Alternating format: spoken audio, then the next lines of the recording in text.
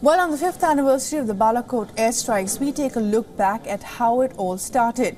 Well, in February 2019, Adil Ahmed Dar, a Jaish-e-Mohammed terrorist, launched an explosives-laden vehicle against a convoy of the Central Reserve Police Force in India, and vehicles with 40 soldiers of the Indian paramilitary force that died in the attack on the Srinagar-Jammu highway.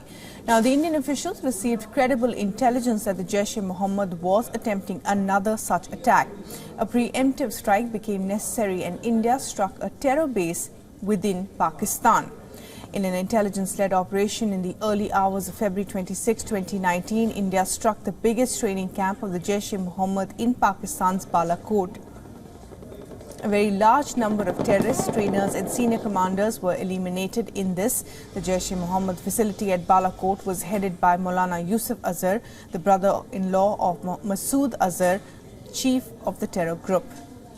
The incident marked the first Indian airstrike on Pakistani territory since 1971. And as per reports, India's military used 12 Mirage 2000 fighter jets, airborne early warning and control aircraft, and mid-air refueler and drones for the surveillance. Mirages were armed with Israeli-developed air-to-surface crystal maze missiles and Spice 2000 smart bombs. The airborne early warning system is used to gather information from the airspace it surveys and facilitates communication between friendly aircraft. Now, in some cases, it can use countermeasures that confuse enemy radar systems.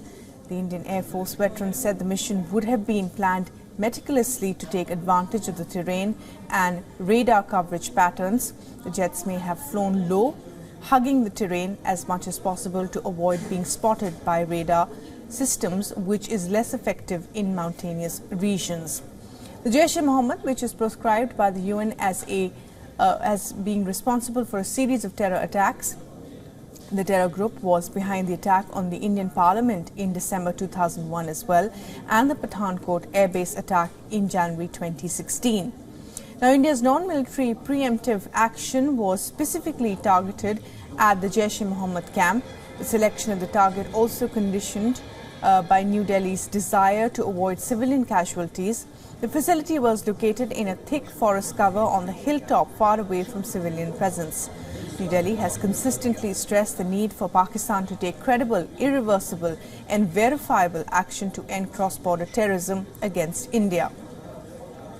India expects Pakistan to fulfill assurances given at the highest level in 2004 and has reiterated that several times later. That territory under its control would not be allowed to be used for terrorism.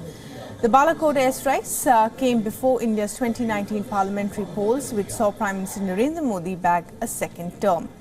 Some analysts say the decisive action against terrorism helped boost Prime Minister Modi's popularity as well.